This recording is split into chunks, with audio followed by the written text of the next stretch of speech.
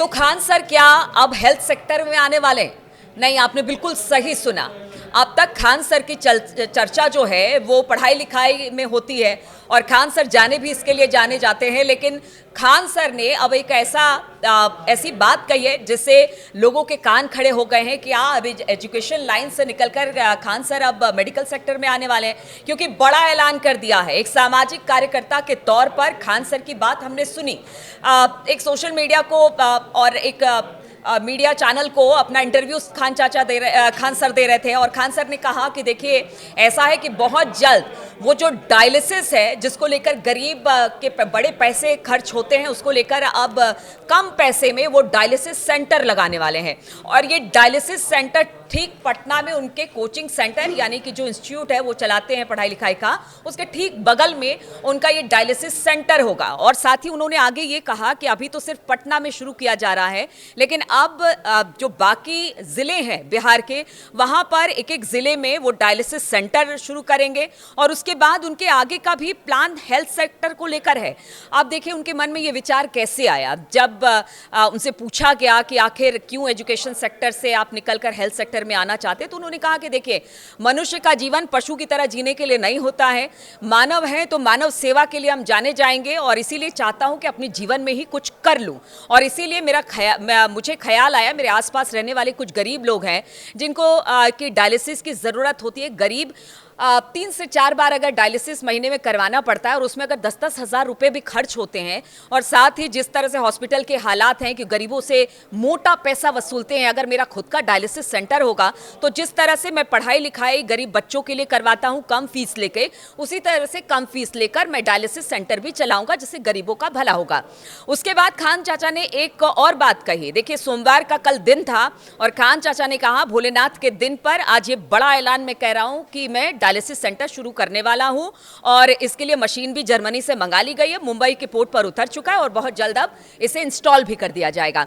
इसके बाद उन्होंने कहा कि और दशहरे तक का इंतजार कीजिए, आपको ब्लड बैंक भी मिलने वाला है। जी हाँ, आपने सही सुना, खान सर एक ब्लड बैंक भी शुरू करने वाले हैं और वो ब्लड बैंक जो है वो दशहरे नवरात्रि की शुरुआत में शुरू करेंगे।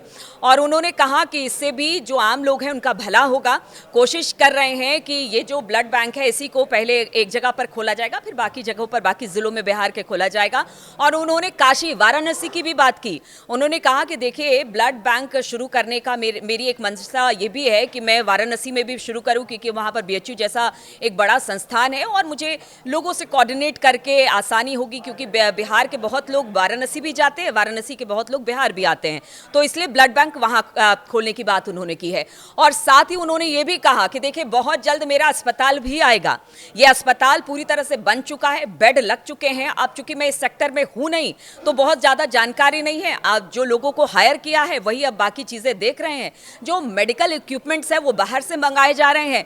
हाँ, अगर मेरे लिए कोचिंग सेंटर खोलने की बात होती तो तुरंत खुल जाता, लेकिन यहाँ पर एक अस्पताल खोलने की बात हो रही है।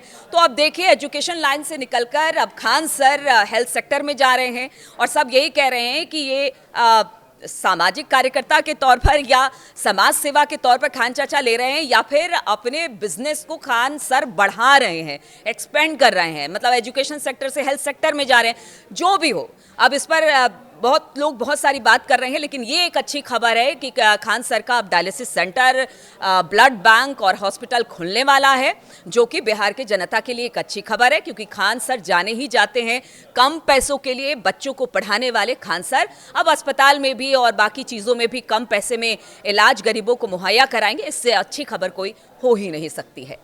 जरूरतमंद लोगों के लिए डायलिसिस सेंटर की स्थापना कर रहे हैं, ताकि वहां पे बढ़िया क्वालिटी का डायलिसिस मशीन, जर्मनी से मशीनों को इंपोर्ट कराए हैं लोग और उनको वहां पे लगा देंगे। क्योंकि किसी की किडनी अगर फेल हो जाती है तो हफ्ते में उसको 3 बार डायलिसिस करना होता है, तो उसकी और एक मिडिल क्लास इंसान हर महीने उसको 50,000 देंगे, नहीं तो सामने मर जाएगा बेचारा, तो काफी दिक्कत हो जाती है। तो हमने डायलिसिस सेंटर के लिए और ब्लड बैंक के लिए भी हमने इसमें प्रोसीड कर दिया। आई थिंक नवरात्रि का पहला नवरात्रि हम लोग ब्लड बैंक की स्टार्ट कर देंगे और लक्ष्य है कि उसको एशिया इंडिया में सबसे बड़े लेवल पे लेके जाना है ताकि गरीब इंसान ना भटक सके। देखिए हमको ना इसको हर डिस्ट्रिक्ट पे ले जाना है, क्योंकि गरीबी किसी एक जगह पे नहीं है।